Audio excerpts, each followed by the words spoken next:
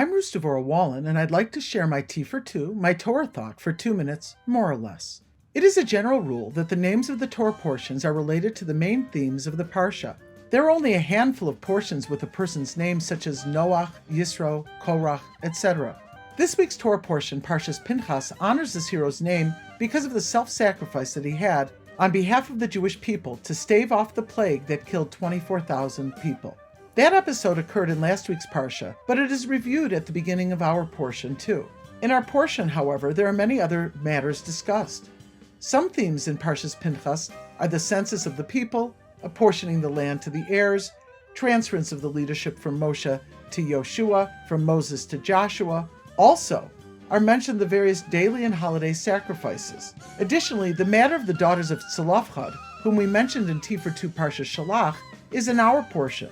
These women were the first original Zionists. Since their father passed away in the desert, they had no brothers, they believed that they could inherit their father's portion of land, and they had a strong desire to live in the promised land. The verse says, "And the Lord said to Moses, the plea of Tzlofchad's daughters is just. You should give them a hereditary holding among their father's kinsmen, transfer their father's share to them." In the verse, the word kain, yes, thus, or just, according to the Targum, means rightly, correctly, or properly.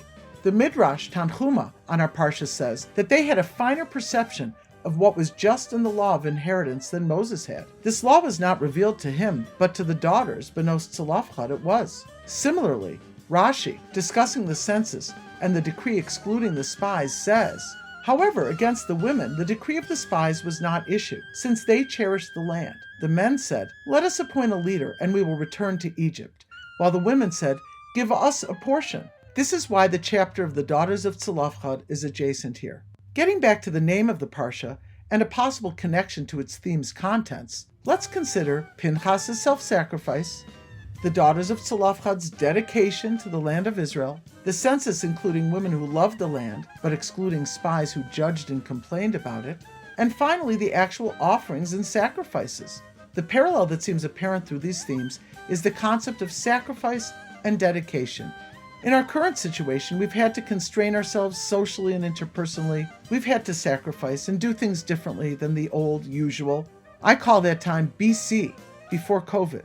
However, in each of these examples of dedication and commitment in our Parsha, they brought about positive growth and improvement.